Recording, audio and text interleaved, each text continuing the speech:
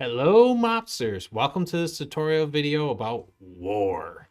So this is the big exciting one. Here, to go to war, it is a meter metric system. So everyone knows that when war is coming, it's not you can't do any surprise attacks or surprise wars. You got to build up to it. So everyone's aware of it, and you can push for war to speed things up, and you can also back off from war if the two sides want to. So here we are. The current count I am on is in family 2. So that's why the war meter is set to NA. They have 0% war meter with family 4 and family 1, but then they have 125% war meter with family 3. So war for these two families, family 3 and family 2, war has kicked off. It has started. There is a post on the message board that says war coming, and I'll say war coming between family 2 and family 3 and when it'll start. So to get there, to get your meter up, a Don once a day can push the meter. During normal season, it is 10%. During war season, you can actually push 20%. And then as you get closer to, once you get up to 80%, 90%, then you start seeing when you push war, it's not 10% or 20% for the war season. It's different numbers, and that's covered in the player's guide. But what gets the meter up is attacks. So attacking another family, the more severe the attacks, like whacking someone or blowing stuff up, has more points towards this war meter to get it to trip to 100%. And robbing, extortion, beats are lower than whacking and arsons. And once your points add up, you'll see your percentage. So you'll see it rising every day. And when it jumps up 10% or 20% during war season, you'll know that the other Don pushed it.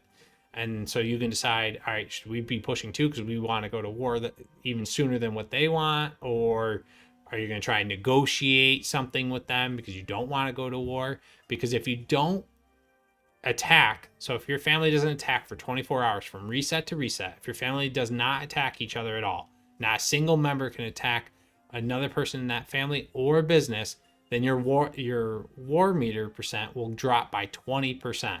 So it'll go down. So if you're getting close and neither one of you really want war, but like you guys just keep attacking each other because it's the most beneficial for you guys to be attacking each other, then you just got to take a day's break. Don't attack each other. Let the war meter go down. So you'll know when war is coming and you'll be able to prepare for it. And when war is started, it will tell you exactly when it's coming. So if we go to the family board now, there's a couple different ones, or not family board, message board. War coming, family 2 and family 3. Family tensions were pushed over by the limit by test 32, robbing test 40. So the war will start on in here. It'll exactly tell you your time, because if you're close to reset, so if reset is, I think it's within 8 hours, and we'll check the player guide to confirm, but if we are within 8 hours of reset happening, which is midnight game time, then it will actually be the following day it will be triggered to start. So that way you can't like hit it right before reset and there's no window of time for people to know that, hey, war finally triggered, we're going to be going to war. Because once this locks in, it says war is coming, war is happening, war is gonna happen. There's no getting out of it at this point. So at this point, the Don can go through. So I'm on the Don's account, and go through and select what members he wants to participate in war. The Don is not considered a participating member, so which means he cannot die from this. And same with the consigliere. Like the Don and consigliere cannot die from a war unless they get caught turf raiding, and then they can be killed, and that sends them back home. But they can't die die with actual penalties of death from when the war ends, because they're not really considered combatants. So your combatants are your underboss all the way down to your soldiers. Your associates can be picked if you don't put them in their positions, if they're alive.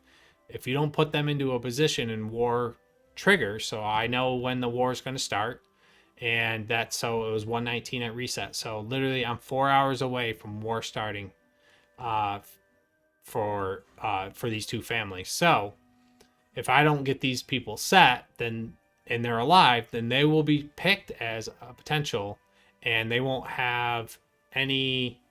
If I don't set these guys either, then they could be picked and they won't be able to do anything because they're associates. Associates can't fly. Associates can't attack. So when you know that you've got a war coming, and there's a mail too, letting everyone in the families know war has been triggered, it's happening.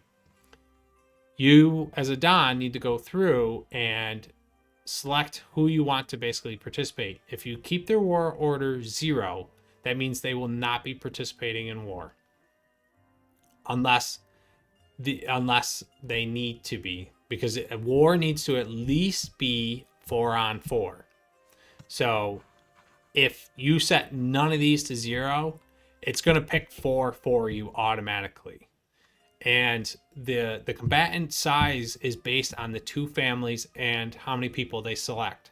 So if the other family selects 6 people that they want to go to war, they've given them a value, and you go in order. So if I definitely want this, I want this account to go be the number 1 pick, I guarantee want him in the war, you're gonna put him 1, and then you count upwards to, in this case, 7 is the max, because that's how many people I've got. So you gotta set them in order, and they'll be selected based on both families. The game, once war is triggered, so right at midnight, when it initiates the war and sets the families into motion and being war, it's gonna look at what people were selected and pick the lowest amount. So if one family picked 4, another family picked 7, then it's going to pick 4 for both. So even though they wanted 7 people to go to war, because the smaller family, the smaller number, only wanted 4 people, then it's going to be 4 versus 4. It's always even numbers versus even numbers. So you do want to set these so it's not random. You don't want the wrong people being put into war. So you want to rank these and put them in order to make it work and click exactly how you want it. So you have 24 hours, or in some cases more, depending on 24 hours. So war is coming, it was initiated, so you have that time to set your ranks, so you know who's going to war, or at least will go into war based off your setting. So I just set these people and I can just now click change rank. So now that person's number 1. So now I can go through, and you can set multiple people as number 1. It doesn't matter. It'll just go in order. So if you set 2 people to number 1 and 3 people to number 2, it'll just pick in order from 1s and then the 2s. So you can select the same people for the same number, but then you're leaving it up to chance of who's going to get pulled. But again, the minimum is 4 versus 4. You have to have 4 versus 4. Even if you have people who are inactive, or people you didn't want to go to war, if the minimum that you have available is 4 people, then it's going to pick 4 for you. So if I didn't pick any selections like this, I left this at 0, or I sent them back to 0, I changed my mind, and I've got none selected, then my smallest number is 4. So if they pick 7, or if I pick 4, or I pick none, 4 will still be selected. 4 versus 4. So that's what you want to do in that notice. So if we go and look at the message board, so this was posted at 3:25 p.m. on the 18th, this was set. So that gave the game, let's see, 8.5 hours roughly, 8.5 hours of lead time to prepare for war. So you got to get your Don on within that 8-hour period to set people, otherwise it's going to randomly select. So then once we go to war, log into a family who's currently in war and show. So once war has now been started, you're going to see this on your family. So family 1 is in war with family 4. This is how many days they've won, their current points and current kills. And here we'll go down and we'll see. So down here, test 4 was selected for war because no settings were set and they were alive. So now that's basically a lost fighting member for you. They can't do anything. They won't be able to fly. They won't be able to attack because they're an associate. So you really, it's important to get the Don on and make sure you have people set, and so that way you don't get this kind of setup. But you can see anywhere where there's deaths, those are your participating members. So test 3 is participating, test 5 is participating, 6 and test 4. So that's their fighting members. And then, so it's even numbers. So what was that? 1, 2, 3, 4. Right. So it's 4 because I didn't set anything. I just let this go to war so I could show what it looks like when you actually go to war. So it's a 4 versus 4 war because neither families, I didn't set any rankings. I didn't pick who I wanted to go into war in order. To win war, you need to score points, and kills are like a tiebreaker. So you score points by beating, robbing, extorting, whacking, and yeah, that's it. You can, during war, arson things. You can blow up businesses and you can blow up housing, but you do not score points for that. You're just trying to hinder the other family's ability of producing items, costing them more money, so it hurts them more to be in war. And blowing housing makes them easier to attack because housing gives them defense. It makes them harder to successfully attack. So blowing their housing is important just from that standpoint. And housing takes some damage away as well from like being attacked. So the higher someone has for housing, the more damage that they actually resist because of their house. So you want to make sure that they don't have housing when you go and try and whack them or beat and rob and extort them, because it might be too hard. It might make it where you fail, where otherwise if you had blown their housing, you could pass. It all depends, but you can click on different accounts. You can see what your chances are for beating, robbing, and extorting. So it's available for you to be able to determine when you're selecting your targets and who you want to go for. Now, whoever has the most points wins the day. If both families tie for points, then it goes to kills as the tiebreaker.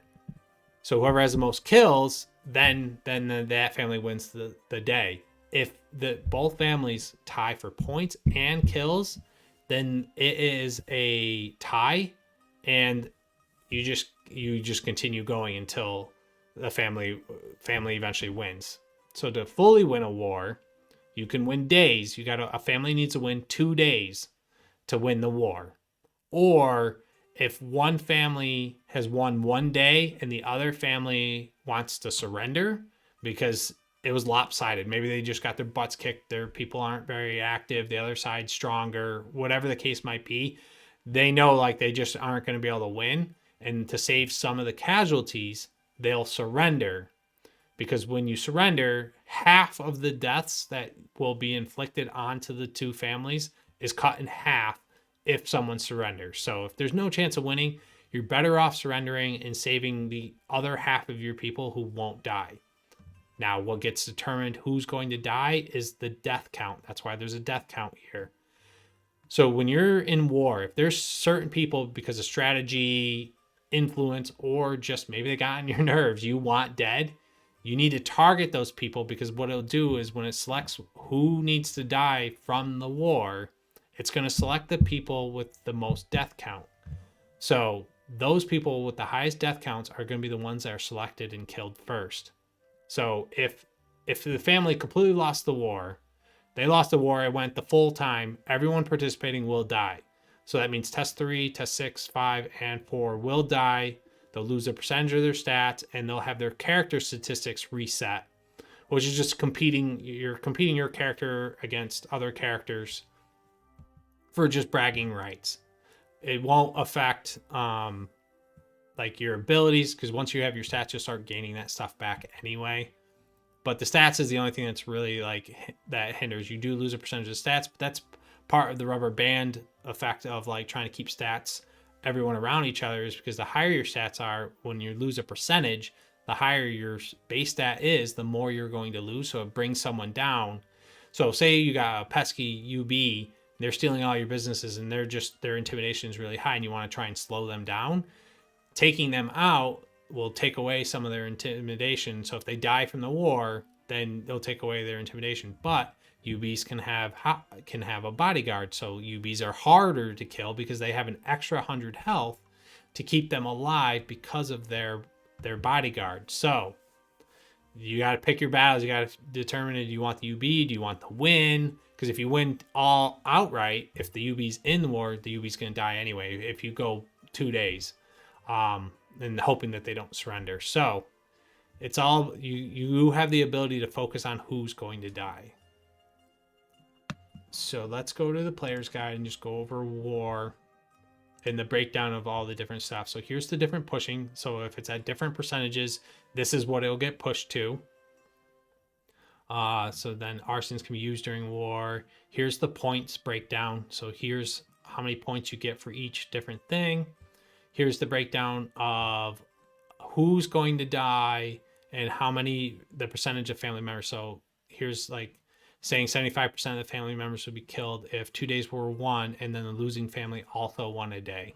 So if it was one side, one family won 2 days and another family earned 1, the winning family will have 75% of the people. So it's also why you want to select who you want to go to war. Because if there's someone you really don't want to lose and you have the ability, you have enough family members to exclude them and still have enough people to go to war, over at least 4, then you can save a person and have them just not go to war. So because war, there's deaths regardless, win or lose. People are going to die in war. That's war. People die. So you want to maybe try and protect people. That's why you want to really focus on who's going to possibly go to war. And that's why as you're going into war, if the people who are participating, you want to prioritize who you really want to see dead over others. So you want to have your family target those certain people. And when you die in war, you get timed out. So you can't do like a double tap. Someone can't go and kill them and then someone follow up immediately after and double tap. You're going to have to pull back the forces, the troops, and regain and wait for that timer to expire. And then you can attack that person again. Once someone does get killed, they are then reset back to 100 health and they're participating. So the war is set up this way, so that way everyone in both families who is participating sees war coming because of the meter. And then when war is triggered, they know who's being selected into war. And then when war happens, they know who's going to potentially die based on what's going on in the results. But it allows them to participate during the entire war, instead of like if you go to war and you're as soon as you kill someone, they're dead. They're dead. They're eliminated from war. If that person wasn't able to actually be on during that time when war first started, then you got people who missed out on the fun of possibly war. So this allows everyone to participate. Everyone gets their attacks in, and the family with the most points wins. So there's a lot more going on, a lot more activity, and everyone gets to participate. So that's the basic breakdown. Here's all. Go to the player's guide for all the specifics, the rewards that you get for going to war. Win or lose, both sides get points. The winning side obviously gets more. Your family gets a ranking, credit for a war win, so you got your war wins here. So you can brag about that of like your war wins. So that's the basic rundown of how war works, how it's one of the more exciting things, because when you go in turf raid and you're trying to whack people and they catch you and they send you back home, it's like crap, like I didn't get the person, or you get them, you get that kill. You're like, yes, like I got that kill. War is the most exciting thing about in Mafia Omerta, and it needs to be fun, and that's what I've tried to embody with this war system that I've got created. And it's gone through several iterations, and it might go through more to fine tune it and tweak it to be just right. Maybe someone comes up with a better idea that I didn't think of and we make it even better. But the war needs to be fun. That's what I want it to be. I want it to be fun. I want people to want to go to war and risk some of their stats and risk the money that it takes to replace housing and replace businesses that get blown up. So this for me is the funnest aspect, and I'm trying to make it the best and most fun aspect of the game I possibly can. So I hope you enjoyed this video. I hope it helps explain the different things of how war gets set up, how it gets started, and how you can prepare for it, and then how you can execute it correctly. As always, I'll catch you next time. Keep it Mafia, family, loyalty, respect. Take care.